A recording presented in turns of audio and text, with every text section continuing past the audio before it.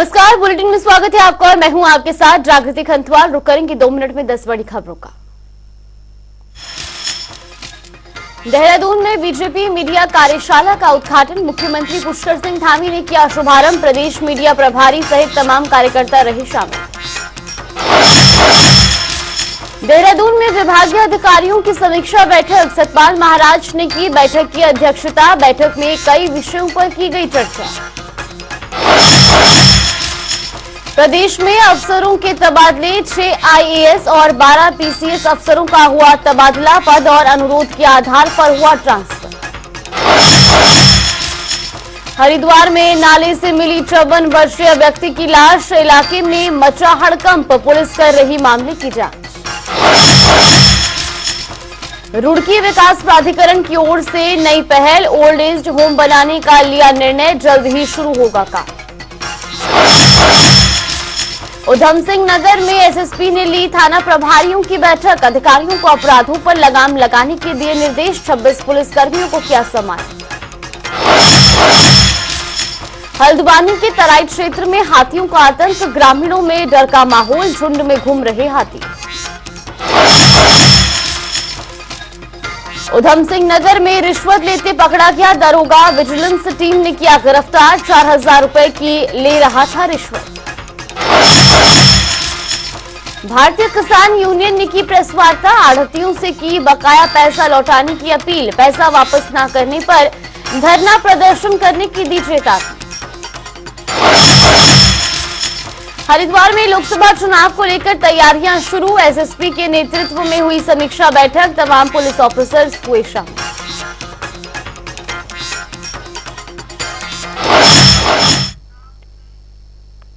और अब बात देवभूमि की। उत्तराखंड के मुख्य सचिव के रूप में अपना कार्यालय पूर्ण होने के अवसर पर एसएस संधू ने मुख्यमंत्री आवास पर मुख्यमंत्री पुष्कर सिंह धामी से मुलाकात की और इस अवसर पर मुख्यमंत्री ने संधू को उज्जवल भविष्य की शुभकामनाएं दी। साथ ही राज्य सरकार के कामकाज में उनकी ओर से मिले सहयोग के लिए उनका धन्यवाद किया। मुख्यमंत्री ने संधू को कुशल प्रशासक बताते हुए कहा कि उनके कार्यकाल में उत्तराखंड ने विकास की नई ऊंचाइयों को हासिल किया है।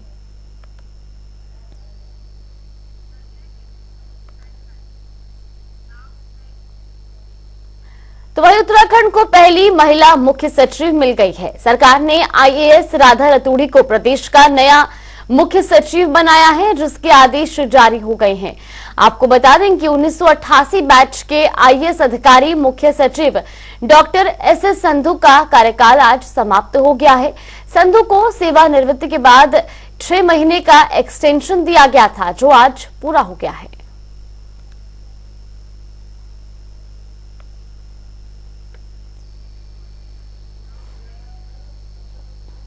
मुख्यमंत्री पुष्कर सिंह धामी ने कांग्रेस के वरिष्ठ नेता और उपाध्यक्ष धीरेन्द्र प्रताप ने मुलाकात की और इस दौरान चिन्हित राज्य आंदोलनकारी जितेंद्र चौहान भी मौके पर मौजूद रहे।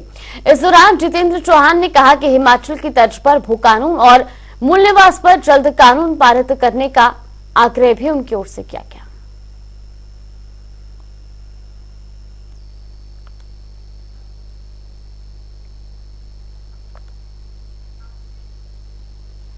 राज्य निर्वाचन आयोग ने चुनाव की तैयारियां शुरू कर दी हैं। इसी के तहत देहरादून सचिवालय स्थित वीर चंद्र सिंह गढ़वाली सभागार में प्रदेश स्तरीय मीडिया कार्यशाला का आयोजन किया गया, जहां शासन के तमाम उच्च अधिकारी उपस्थित रहे। राज्य के मुख्य निर्वाचन अधिकारी डॉक्टर वी पुष्णुगम की अध्यक्षता में हुई इस कार्यशाला में प्रिंट, इलेक्ट्रॉनिक और सोशल मीडिया को लेकर चर्चा की गई। तो वहीं कार्यशाला में चुनाव के दौरान पेड न्यूज को रोकने के साथ ही उस पर नजर रखने को लेकर भी चर्चा की गई। तो वही मुख्य निर्वाचन अधिकारी ने बताया कि चुनाव के दौरान पास की जा रही लेकर मतदाताओं को जागरूक करने के लिए मीडिया की भूमिका समेत विभिन्न विषयों को लेकर चर्चा की गई है।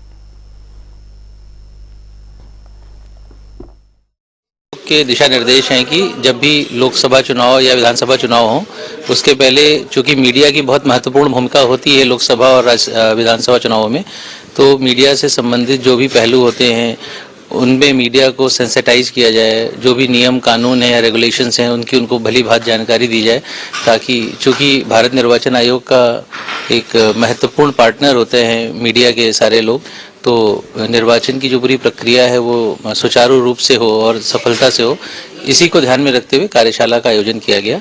इसमें जो मीडिया के कर्मी हैं, मीडिया के जो प्रतिनिधि यहाँ आए थे, उनको हमने भली भांति जो है किस प्रकार media certification, media monitoring committee के बारे में, उसके कार्यप्रणाली के बारे में हमने बताया। पेड न्यूज़ के बारे में हमने उनको भली भांति जानकारी दी है कि किस प्रकार पेड न्यूज़ को पहचानें और किस प्रकार पेड न्यूज़ को जो है से दूर रहें। और इसके अलावा हमने उनको फेक न्यूज़ या मिस इन्फॉर्मेशन के बारे में भी यहाँ पे जानकारी दी है। और इसके अलावा भारत निर्वाचन आयोग द्वारा मीडिया को उनके कार्य के लिए निर्वाचन के समय में जो भी सहूलियतें दी जाती हैं, जो सुविधाएं दी जाती हैं, उनके क्या अधिकार हैं, उसके बारे में उनको विस्तृत रूप से यहाँ जानकारी दी है। एक कार्यक्रम आयोजित किया गया है। इसका मेन उद्देश्य है हम लोग इलेक्शन के दौरान जो मीडिया सर्टिफिकेशन और इस संबंध में पूरा जानकारी देंगे, और पेड न्यूज़ के संबंध में भी हम लोग आपको बताएंगे, और बाकी हम लोग जैसे एमसीसी रिलेटेड इश्यू को पूरा जानकारी देंगे, और स्वीप एक्टिविटी में हम लोग मतदाता का जागरूक करने के लिए आप लोग का रोल क्या है उसके बारे में भी हम लोग डिटेल बताने के लिए आज एक कार्यशाला आयोजित किया गया। केंद्र सरकार के साथ साथ राज्य सरकारों ने इन दिनों तबादलों की झड़ी लगा रखी है। पिछले एक महीने में जिम्मेदारियों में बदलाव से जुड़ी कुछ सूचियां जारी हो चुकी हैं, तो वहीं महीने के अंतिम दिन में भी तबादले से जुड़े आदेश जारी हो रहे हैं। इसी कड़ी में उत्तराखंड में एक बार फिर से आईएएस और पीसीएस अफसरों के बड़ी संख्या में तबादले कर दिए गए हैं।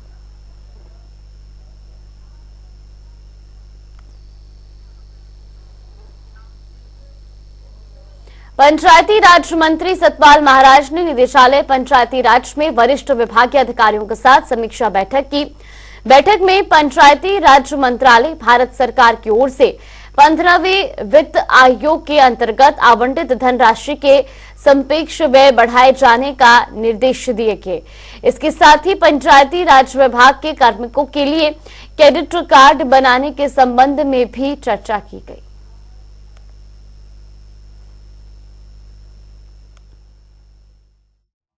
वित्त आयोग से प्राप्त धनराशि को जल्द से जल्द खर्च करने के निर्देश दिए गए हैं। विभागीय ढांचे को पुनर्गठित का प्रस्ताव शासन को भेजा गया है, जिस पर कार्रवाई चल रही है, और पीडीआई डाटा एकत्रीकरण के लिए जिलाधिकारियों के साथ हमारी एक बैठक होगी, वर्चुअल बैठक होगी, जिसमें निर्देश दिए जाएंगे। पंचायतों, प्रतिनिधियों व कार्मिकों के लिए हम क्रेडिट कार्ड ला रहे हैं। ये कैशलेस ट्रांजैक्शन का जो लक्ष्य है हमारे माननीय प्रधानमंत्री जी का, उसको प्राप्त करने के लिए हम लोग को प्रयास कर रहे हैं। पंचायत भवनों के लिए 10 लाख रुपए के स्थान पर 20 लाख का हम प्रयास कर रहे हैं, ताकि अच्छी क्वालिटी के साथ हमारे पंचायत भवन बने। पंचायत प्रतिनिधियों के प्रशिक्षण के लिए 46,000 पंचायत प्रतिनिधियों के और कार्मिकों को प्रशिक्षण दिया जा रहा है। इसके लिए उनकी हमने जो है यात्रा भी करवाई है, जगह जगह उनको ट्रेनिंग भी दे रहे हैं, और जो है 29 विषयों का हस्तांतरण पर चर्चा हुई है। खटीमा के सिसैया गांव में विवादित रास्ते का उपजिलाधिकारी रविंद्र सिंह बिष्ट ने मुआयना किया। आपको बता दें कि सड़क को लेकर ग्रामीणों ने एसडीएम को शिकायत की थी। ग्रामीणों के अनुसार सिसैया में मुख्य रोड पर स्थित स्कूल के पास से बंधा गांव की ओर जाने वाली सड़क है, जिसे कुछ लोगों ने बंद कर दिया है। इससे बच्चों को स्कूल जाने के साथ ही आम जनता को भी कई तरह की समस्याओं का सामना करना पड़ रहा है। ऐसे में उनकी मांग है कि जल्द से जल्द सड़क के रास्ते को खुलवा लिया जाए। तो वहीं ग्रामीणों की मांग पर एसडीएम ने जल्द ही कार्रवाई करने का आश्वासन दिया है।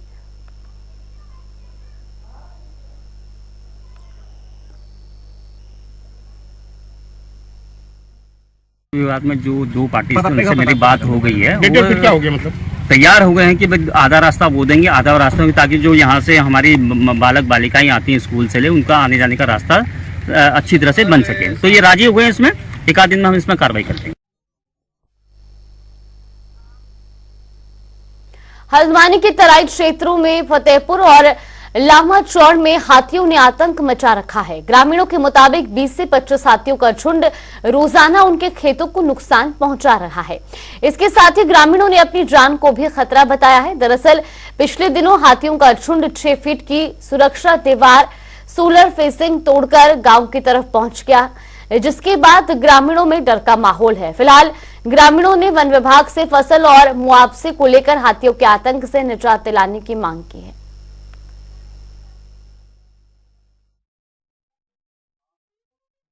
इस समय देखिए ये एलिफेंट फतेहपुर गदगदिया एलिफेंट कॉरिडोर के अंतर्गत ये क्षेत्र आता है। यहाँ पर हाथियों का मूवमेंट लगातार बना रहता है। इस समय गेहूं की फसल खेतों में है, तो जिस कारण हाथियों का मूवमेंट गेहूं के खेतों की ओर है और हमारे द्वारा नियमित रूप से टीम भेज करके उनको भगाया जाता है और हमारी टीम नियमित रूप से गश्त पर रहती है। बहुत ज़्यादा आतंक है, बहुत तगड़ा आतंक है। यहाँ पर देखिए, आप इधर नज़र घुमाइए, इधर उन्होंने तार तोड़ रखा है और इसकी ये सौर ऊर्जा की तार लाइन भी तोड़ रखी है। और ये देखिए इतनी बड़ी 6 फीट ऊंची का हाथा तोड़ रखा है। ये सब तोड़ करके जो अंदर गए हुए हैं, अंदर जाकर के उन्होंने पूरा नुकसान कर रखा है। बहुत ज़्यादा नुकसान कर रहा है, देख लीजिए आप खुद। और इनकी संख्या कम से कम 40-25 करीब है जो नुकसान कर रहे हैं। यहाँ बहुत ज़्यादा आ रहे हैं, 15-20 इकट्ठे आ रहे हैं, जिसको हम हाँक भी नहीं पा रहे हैं। हमारे पीछे दौड़ जा रहे हैं, हम उनको टॉर्च से दिखा रहे हैं। तो हमने जंगल की फसल कैसे बचानी ठहरी। यहाँ पर जंगल का किनारा है, बिल्कुल भी नहीं छोड़ रखा उन्होंने, एक पेड़ खड़ा नहीं छोड़ रखा है।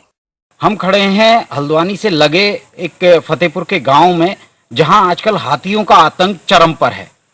फसलों की अगर बात करें तो फसलें लगभग खत्म कर चुके हैं। ये जो तस्वीरें आपको दिख रही हैं, ये हाथियों के पैरों के निशान हैं और ये गेहूं का खेत है। गेहूं लगाया गया है इस खेत में और हाथियों का जो आतंक है, आप देख सकते हैं किस तरीके से फसल को पूरी तरीके से यहाँ तबाह किया गया है। पूरे खेत में जिस तरीके से मट्ठा गोंद दिया जाता है, उस तरीके से खेत का हाल कर दिया गया है। और साथ ही साथ यही स्थिति बतौर पूरे गांव में है। पूरा गांव जो है वो इसी समस्या से जूझ रहा है। पूरे ग्रामीणों का ये कहना है कि पूरी रात भर हम जो है वो हाथियों को भगाने में यहाँ अपना समय निकाल रहे हैं। पूरी रात हाथियों को भगाने में लग जाती है। तो हमारे साथ ग्रामीण हैं, इनसे बात करेंगे। जी सर, आपका नाम? मुझे ललित आर्या कहते हैं जी। ललित जी, कब से हो रहा है ये आतंक हाथियों का? ये 27 तारीख से कंटिन्यू हाथियों का आतंक है जी। हमारे गांव छुमालपुर ईसाई नगर में। और पर नाइट का एक ही हुआ है कि हाथियों को भगाने की भी कोशिश की जा रही है, तो हाथी जबरदस्ती आ रहे हैं। और इनकी जो टोली है हमारे यहाँ पे आने की 18 से 25 हाथियों की टोली है, जिसमें कि इनने हर काश्तकार की 90 से 95% गेहूं की फसल बिल्कुल रौंद दी गई है। और ये लग रहा है कि इस बार काश्तकार भूखे के कगार पर रहेगा यहाँ। जी, चलिए, धन्यवाद बहुत बहुत। तो आपने सुना कि काश्तकारों की क्या स्थिति है, जो ये किसान हैं इनकी क्या स्थिति है। तस्वीरें हम आपको जरूर दिखाना चाहेंगे। ये कुछ हाथियों से सुरक्षा के लिए, जंगली जानवरों से सुरक्षा के लिए ये दीवारें बनाई गई हैं, जो लगभग 50 से 70 साल पुरानी दीवारें हैं और पुरानी शैली में ये बनाई गई थी। मजबूत दीवारें इन्हें कहा जाता है। लेकिन आप देख सकते हैं तस्वीरों में कि हाथी इन दीवारों को तोड़ने के बाद खेतों में प्रवेश कर रहे हैं। और जो हाथियों की संख्या बताई गई है वो 20 से 25 हाथी हैं। तो आप अंदाजा इसमें लगा सकते हैं कि अगर इतनी भारी संख्या में हाथी गांव में घुसेंगे, खेतों में घुसेंगे, तो खेती का क्या हाल करेंगे। जनता टीवी के लिए संजय प्रसाद, हल्द्वानी से। उत्तराखंड में बारिश और बर्फबारी की संभावना है। दरअसल मौसम विभाग ने आज के लिए भारी बारिश और बर्फबारी का ऑरेंज अलर्ट जारी किया है। इसके साथ ही 2 से 5 फरवरी तक कहीं कहीं हल्की से मध्यम बारिश और बर्फबारी का पूर्वानुमान भी जताया गया है। मौसम विभाग के निदेशक डॉक्टर बिक्रम सिंह ने कहा कि उत्तराखंड में पश्चिमी विक्षोभ मजबूती के साथ सक्रिय हो रहा है, जिसके चलते उत्तरकाशी, चमोली, रुद्रप्रयाग, बागेश्वर, पिथौरागढ़ जिलों के साथ साथ विभिन्न जिलों में बारिश और बर्फबारी के आसार हैं। उत्तराखंड के लिए मौसम की बात करें, आज 30 जनवरी को देखें और 1 फरवरी को देखें, तो इसमें जो रेन, थंडरस्टॉर्म या फिर स्नोफॉल की जो एक्टिविटी है वो करीब करीब ज़्यादातर जगहों में मिलने वाली प्रदेश में। तो जो रेन, थंडरस्टॉर्म एक्टिविटी हो तो ज़्यादातर जगहों में है ही है। लेकिन जो स्नोफॉल की अगर बात करें तो उसमें जो बर्फबारी है वो अंदर के जो हमारे डिस्ट्रिक्ट है जिनमें कि 3000 मीटर या उससे अधिक ऊंचाई के क्षेत्र है, तो उनमें कुछ जगहों में भारी से बहुत भारी बर्फबारी वो देखने को मिलेगी 3000 मीटर और उससे अधिक ऊंचाई के क्षेत्रों में। उधम सिंह नगर में पुलिस और एसओजी की टीम ने नकली दवा बनाने वाली फैक्ट्री का भंडाफोड़ किया। इस दौरान पुलिस को फैक्ट्री से भारी मात्रा में नकली दवाइयां बरामद हुई, तो वहीं पुलिस ने 2 आरोपियों को भी गिरफ्तार कर लिया है। मामले पर एसपी मंजूनाथ टीसी ने बताया कि आरोपी पहले हरिद्वार में नकली दवा बनाने का काम करते थे।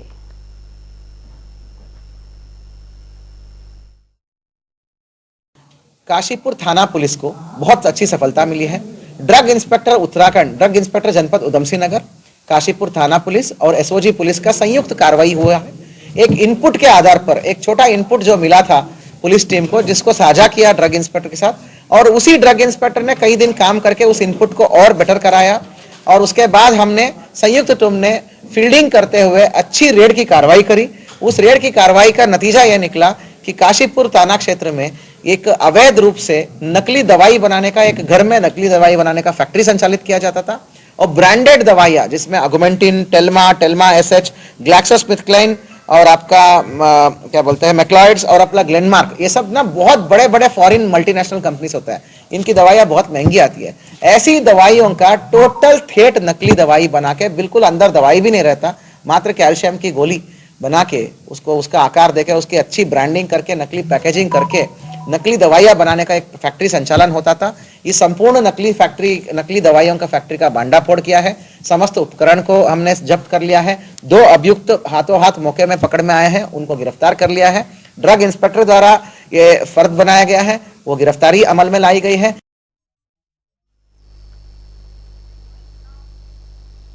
उधम सिंह नगर में विजिलेंस टीम ने केलाखेड़ा थाने के दरोगा को रिश्वत लेते रंगे हाथों गिरफ्तार किया है।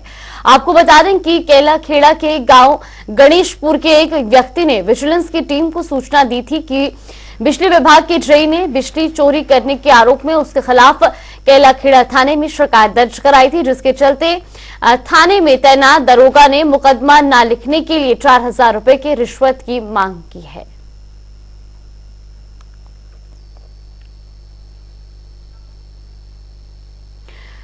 जल्द ही किसानों के लिए किसान बाजार खोले जाने हैं, जिससे एक और जहां स्थानीय लोगों को रोजगार मिलने की संभावना जताई जा रही है, तो वहीं दूसरी ओर किसानों को उनकी उपज का सही दाम मिलने का भी अंदेशा है। आपको बता दें कि सरकार के आदेशों के बाद किसान बाजार खोलने के लिए कृषि उत्पादन मंडी समिति के अधिकारियों ने तैयारियां शुरू कर दी हैं। इस पर जानकारी देते हुए रामनगर मंडी समिति के सचिव सहील अहमद ने बताया कि रामनगर मंडी समिति के बाहर जो कुछ लोगों ने अवैध अतिक्रमण कर रखा है, जिसे बाजार हटाने के बाद बाजार लगाने का काम शुरू किया जाएगा। मंडी समिति कोटद्वार रोड पर 40 किसान बाजार बनाने जा रही है, जो नीलामी पद्धति से दुकानें दी जाएंगी, जो स्थानीय लोगों को रोजगार मुहैया हो सके।